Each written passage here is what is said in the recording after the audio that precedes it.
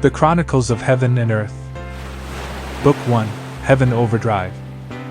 This is the story, based on ancient Mesopotamian writings and the works of speculative researchers, of how extraterrestrial beings from a planet called Nibiru came to Earth in the ancient past in search of gold and other minerals or resources. Their activities affected and drove the evolution of life on Earth, especially mankind. They established a divine plan, the result of which humans later worshipped extraterrestrials as gods. If you want to know, don't forget to tick on like and subscribe. Book 1, Heaven Overdrive. Episode 2. High technology rapidly advanced on Planet Nibiru. Nibiruans made use of science and technology to improve their lives, at the expense of their planet and home. Then Nibiruans realized that their planet's atmosphere was declining every time it made the crossing. Events in Nibiru were becoming bad, especially on the change of rulers, and it just made the situation worse. The gold they needed to scatter in the atmosphere was declining. They had to search for new sources, and they realized they should start to explore the inner planetary realm of the Apsu. Then King Alalu, escaping his fate in Nibiru, landed and hid on planet Ki, the future Earth. And there he discovered gold, which he used to make a bargain with King Anu, in exchange for his chance to return to Nibiru and reclaim the throne.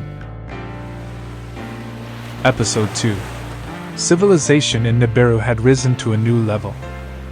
Nibiruans had begun to settle on other worlds, had their landscapes terraformed, discovered quantum magic, rushed excursion into the unknown, constructed citadels that couldn't be stormed.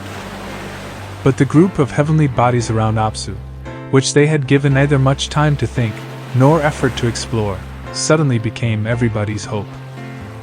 A cure for Nibiru's illness, of which they had not thought of before. These planetary bodies in the inner realm were out from the concerns of Nibiru's mundane affairs. These civilizations backwoods. Nibiruans had evolved, basking in neither heat nor light. The deep was home, far from Apsu and its neighborhoods. Home was where heat was rising to the surface, originating from Nibiru's metallic crystal core down deep below. Civilization's backbone, abundant energy had freed everyone from want, coming from the planet's dynamo. Free energy had unchained Nibiruan science from its restraints.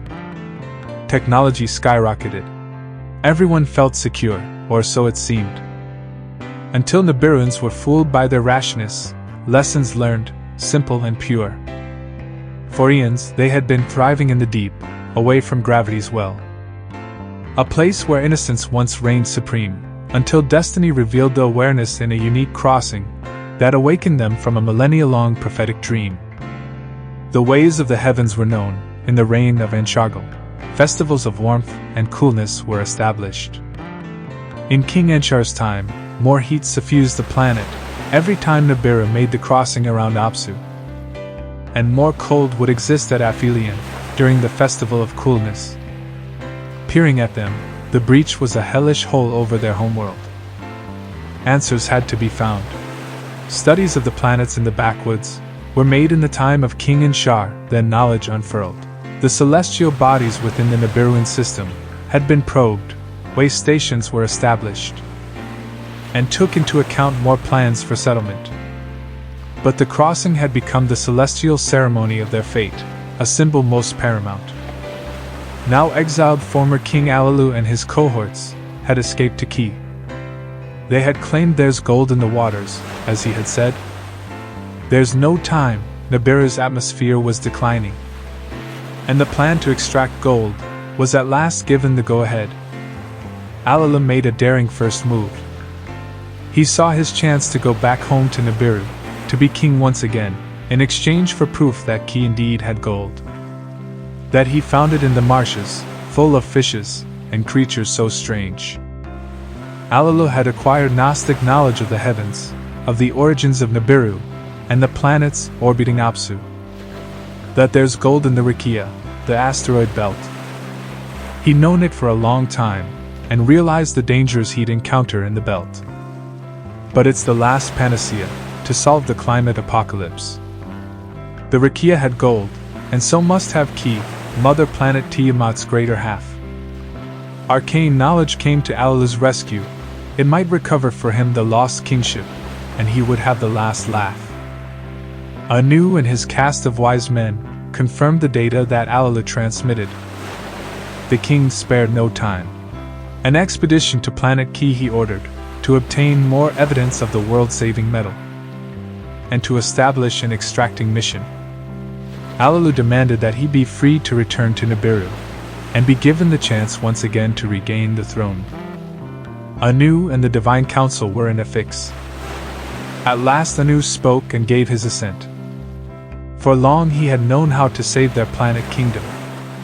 In fact, he had usurped the throne himself from Alalu, but in a fair match. What tricks might Alalu have up his sleeve? To take the throne by force out of vengeance? Not on my watch. Was it not Alalu himself staged a coup against King Lama, and from Enshargle claimed descent? Perhaps he killed Lama himself, when Lama fell down from the palace tower, when he was pursued during the ascent. Continue to Episode 3. How did Prince Iya come to lead the expedition to Planet Ki?